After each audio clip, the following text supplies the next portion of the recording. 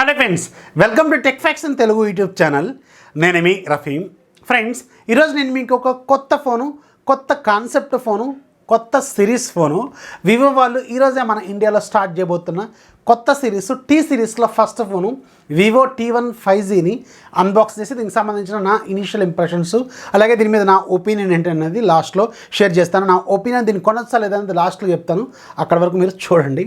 And జనరల్గా Vivo వాళ్ళు youth కోసం మిడ్ రేంజ్లో పవర్ఫుల్ హార్డ్వేర్తో మంచి ఇంట్రెస్టింగ్ ప్రైజింగ్తో తీసుకొద్దామని ఇంతకుముందు మనకి వై సిరీస్ ఫోన్స్ని తీసుకొచ్చేవాళ్ళు కదా.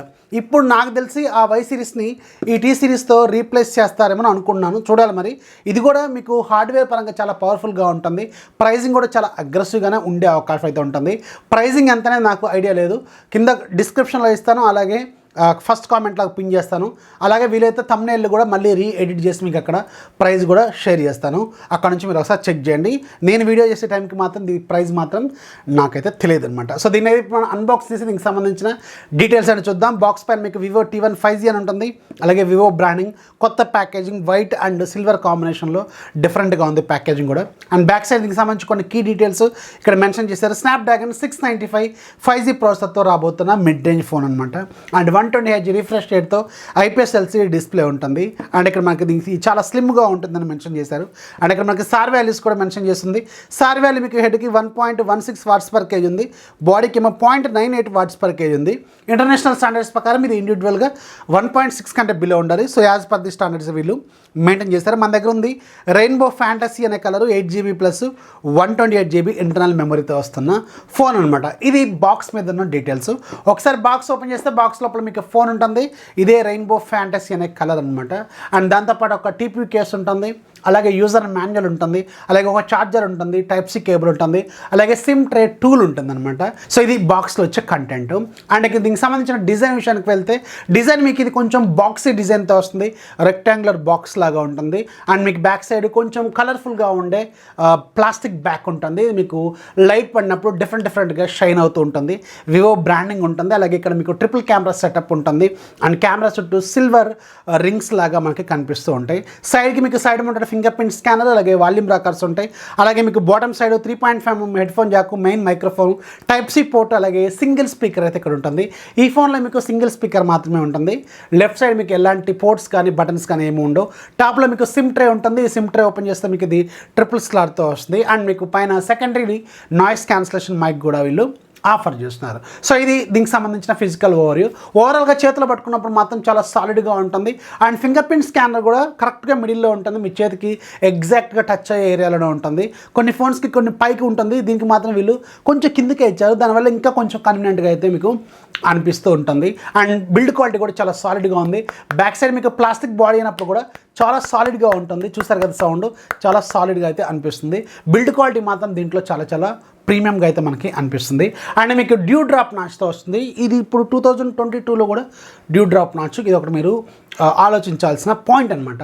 సో ఇది దీనికి సంబంధించిన ఫిజికల్ ఓవర్వ్యూ. ఇప్పుడు మనం ఈ ఫోన్ని బూట్ చేద్దాం.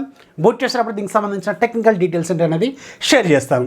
వివో T1 5Gలో మీకు 6.58 ఇంచెస్ ఫుల్ HD ప్లస్ రెజల్యూషన్తో IPS LCD డిస్ప్లే ఉంటుంది. ఇది 120Hz రిఫ్రెష్ రేట్తో ఉంటుంది. అండ్ దీంట్లో వాడిన ప్రాసెసర్ మీకు క్వాల్కమ్ స్నాప్డ్రాగన్ 695 5G ప్రాసెసర్ని యూజ్ చేశారు. ఇది మాక్సిమం క్లాక్ స్పీడ్ మీకు 2.2 GHz స్పీడ్ ఉంటుంది. ఇది ఒక 6nm ప్రాసెసర్ బిల్డ్ అయిన ఆక్టా కోర్ ప్రాసెసర్ అనమాట. దీంట్లో గ్రాఫిక్స్ మీకు ఆర్డర్ను 619 GPUని యూజ్ చేశారు. బ్యాక్ సైడ్ మీకు మొత్తం 3 కెమెరాలు ఉంటాయి. మెయిన్ కెమెరా 50 మెగాపిక్సెల్ కెమెరా, రెండోది 2 మెగాపిక్సెల్ మ్యాక్రో, మూడోది 2 megapixel depth sensor. Front side మీకు 16 మెగాపిక్సెల్ సెల్ఫీ కెమెరా ఉంటుంది. 5000 mAh battery with 18 watts charger మనకి బాక్స్లో సప్లై చేస్తారు. Android 12 out of the box వస్తుంది, అలాగే ఫన్ టచ్ OS 12తో ఇది అవుట్ ఆఫ్ ది బాక్స్ వస్తుంది. అండ్ దీంట్లో సింగిల్ స్పీకర్ ఉంటుంది. Side mounted fingerprint scanner, అలాగే ఫేస్ అన్లాక్ కూడా ఇది సపోర్ట్ చేస్తుంది. సో ఇది ఆన్ పేపర్ దీంట్లో ఉన్న హార్డ్వేర్ లెవెల్ ఫీచర్స్ అనమాట. ఇప్పుడు దీనికి సంబంధించి యూజర్ ఇంటర్ఫేసెస్ అబ్జర్వ్ చేస్తే ఇది మీకు ఫన్ టచ్ OS 12తో వస్తుంది. అండ్ ఇంట్రెస్టింగ్లీ ఇది Android 12 out of the box వస్తుంది. చాలా ఫోన్స్ ఇప్పటికే మనకి Android 11 మీదే లాంచ్ చేస్తున్నారు కదా, ఇది మాత్రం Android 12 out of the box వస్తుంది.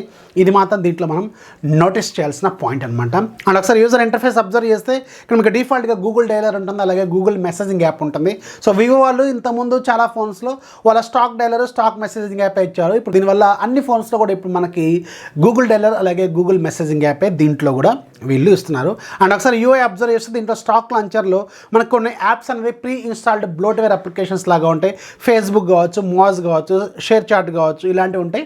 అండ్ అవి మీరు మీకు నచ్చని ప్రతి యాప్ను కూడా వీళ్ళు దీంట్లోంచి మనం రిమూవ్ చేసుకోవచ్చు. అండ్ మీరు పైన ఒకసారి అబ్జర్వ్ చేస్తే ఇది 112 కాబట్టి కొంచెం నోటిఫికేషన్ ప్యానల్ కావచ్చు, థీమింగ్ కావచ్చు, కొంచెం కొత్తగా అనిపిస్తూ ఉంటుంది, కొంచెం డిఫరెంట్గా కూడా ఉంటుంది. అండ్ మనం ఒకసారి సెట్టింగ్స్లోకి ఒకసారి వెళ్తే సెట్టింగ్స్లో ఇక్కడ మీరు డిస్ప్లే కేటగిరీలోకి ఒకసారి వెళ్తే ఇది మీకు 120Hz రిఫ్రెష్ రేట్తో ఉంటుంది. అండ్ మీకు దీన్ని స్మార్ట్ మోడ్ అనేది కూడా ఒకటి అవైలబుల్గా ఉంటుంది. సో దాని తగ్గట్టుగా మీరు మార్చుకోవచ్చు అనమాట. అండ్ అబౌట్ ఫోన్లోకి ఒకసారి వెళ్తే ఇది 112 అవుట్ ఆఫ్ ది బాక్స్ వస్తుంది. అలాగే లేటెస్ట్ సెక్యూరిటీ ప్యాచ్తో వస్తుంది. అండ్ ఎలాంటి సాఫ్ట్వేర్ అప్డేట్స్ అయితే దీంట్లో ప్రజెంట్గా ఏమీ లేవు. అండ్ ఇది మీకు సైడ్ మౌంటెడ్ ఫింగర్ ప్రింట్ స్కానర్తో వస్తుంది కదా, ఇది చాలా ఫాస్ట్గా ఉంటుంది. చూసారు కదా, జస్ట్ ఇది ఫిజికల్ ఫింగర్ ప్రింట్ స్కానర్ కాబట్టి జనరల్గా చాలా ఫాస్ట్గా ఉంటాయి when compared with in display finger print scanners అనమాట. అండ్ డిస్ప్లే క్వాలిటీ కూడా చాలా బాగుంది. నేను సన్లైట్లో కూడా చెక్ చేశాను. మీకు ఈవెన్ డైరెక్ట్ సన్లైట్లో కూడా మీకు డిస్ప్లే క్వాలిటీ మాత్రం చాలా నీట్గా అనిపిస్తుంది, చాలా బ్రైట్గా కూడా అనిపిస్తుంది. అండ్ దీంట్లో నేను చాలా వరకు వీడియోస్ అయితే ప్లే చేసి చూశాను. అండ్ వీడియో క్వాలిటీ కూడా చాలా బాగుంది, కలర్స్ కూడా చాలా నీట్గానే ఉన్నాయి. అండ్ ఇది ఒక మంచి IPS LCD డిస్ప్లే అనేది దీంట్లో వీళ్ళు యూజ్ చేసినట్టున్నారు. క్వాలిటీ మాత్రం పర్లేదు, చాలా బాగుందని చెప్పాలి. అండ్ అమెజాన్ ప్రైమ్లో మీకు హెచ్డీలో మూవీస్ కూడా ప్లే చేస్తుంది. అంటే వైడ్ వన్ L1 సర్టిఫికేషన్ దీనికి కూడా ఉంది.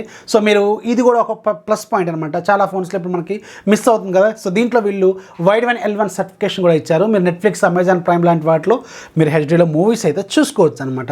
ఇక దీనికి సంబంధించిన కెమెరా ఇంటర్ఫేస్లో ఒకసారి వెళ్తే రెగ్యులర్ వివో Y సిరీస్ ఫోన్స్లో ఉన్న సేమ్ కెమెరా సెటప్నే దీంట్లో వీళ్ళు వాడారు. సేమ్ UI ఉంటుంది, సేమ్ యాప్ ఉంటుంది. అండ్ దీంట్లో కూడా photo mode, portrait mode, night mode ఇలాంటివన్నీ ఉంటాయి. అండ్ దీంతో నేను చాలా వరకు శాంపిల్స్ తీశాను. ఇక్కడ మీరు స్క్రీన్ మీద చూస్తున్న శాంపిల్స్ అన్ని కూడా ఈ వివో T1 5Gతో తీసిన శాంపిల్సే. సో ఫోటో క్వాలిటీ మాత్రం ఓకే, పర్లేదు అనేలాగా ఉంది. జనరల్గా వివో ఫోన్స్లో మిడ్ రేంజ్లో వచ్చే ఫోన్స్లో బ్రైట్నెస్ అనేది కొంచెం ఎక్కువగా ఉంటుంది. సో దీంట్లో కూడా కొంచెం బ్రైట్నెస్ అనేది కొంచెం ఎక్కువగా ఉందేమో అనిపిస్తుంది. ఫోటోలు తీసినప్పుడు కొంచెం వైటిష్గా వస్తూ ఉంటాయి.